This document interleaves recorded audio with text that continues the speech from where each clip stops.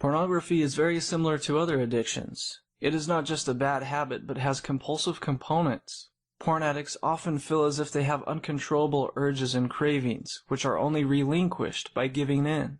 The reason that cravings and urges appear so strong is because they come from a part of the brain called the limbic system.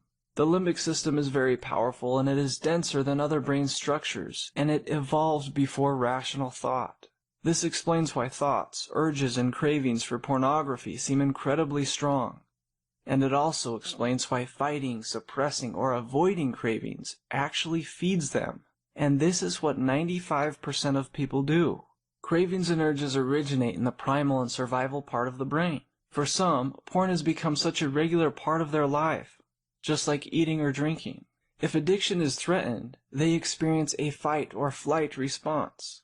Most people, when considering quitting their addictive behavior, experience a great deal of fear and panic. Fear of being without your drug, fear of not being able to cope with stress, or the fear of not being able to relieve tension. Those who successfully quit porn addiction stop trying so hard to overcome it and start to manage it in a less worried way. Porn addicts want to quit porn, but they have an extremely hard time dealing with the intense cravings and urges. If you want to know how to stop porn addiction, you need to know about the methods that are proven to diminish cravings and urges for it.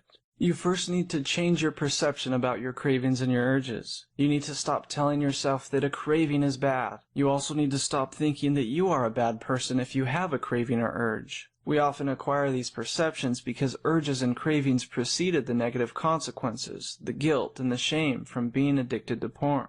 A craving or urge in and of itself is not bad. Those who continually try to quit porn addiction often end up associating themselves with it. Because of this, porn addicts panic. They try to suppress or escape urges. You need to realize that the urge or craving is not you. You are not the message that your brain is sending.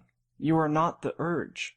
It is important to change your overall perception of this urge. You are not bad for experiencing a craving. It is a faulty message that is sent from the brain, and it has been continually fed and strengthened. After gaining the correct understanding about these urges and cravings, you need to learn how to properly react to them.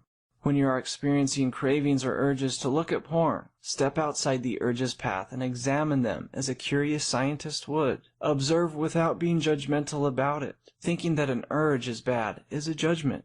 You can learn how to quit porn addiction for good by just observing those urges. Observe what biological responses are going on in your body. Do your hands get sweaty? Is your heart rate increasing? Examine any bodily responses without getting caught up in them. By stepping out of the urge's path and examining the urge and its bodily responses, you are changing the relationship you have with that urge and craving. In the past, you probably panicked or tried to avoid or suppress that urge, but this time you are stepping back and separating yourself from it and doing nothing. You're only observing. You need to gain a third-person perspective about that urge. What does it really feel like to have an urge, and how does the body react to this intangible feeling?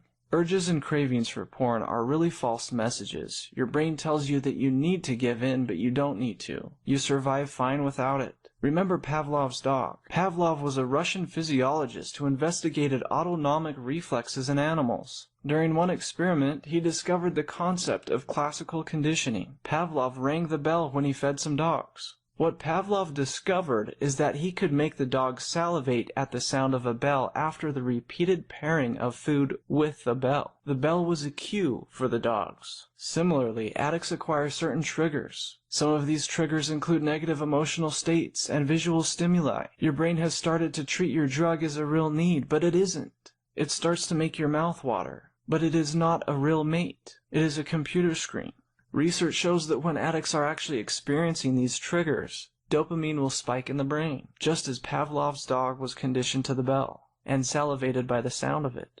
Pornography overstimulates the brain's reward system, and without porn, the brain screams, "Feed me." But your brain is playing a trick on you. You don't need to feed it. When you become aware of those urges and cravings for porn, you stand back out of the urge's path and observe it, and now you must write it out. Like a wave that builds up, you must observe the urge as it gradually increases, hits crest, and then diminishes. You must observe it like a wave. Imagine it in your mind's eye, that it is a wave that is building up slowly and then hits the shore and diminishes.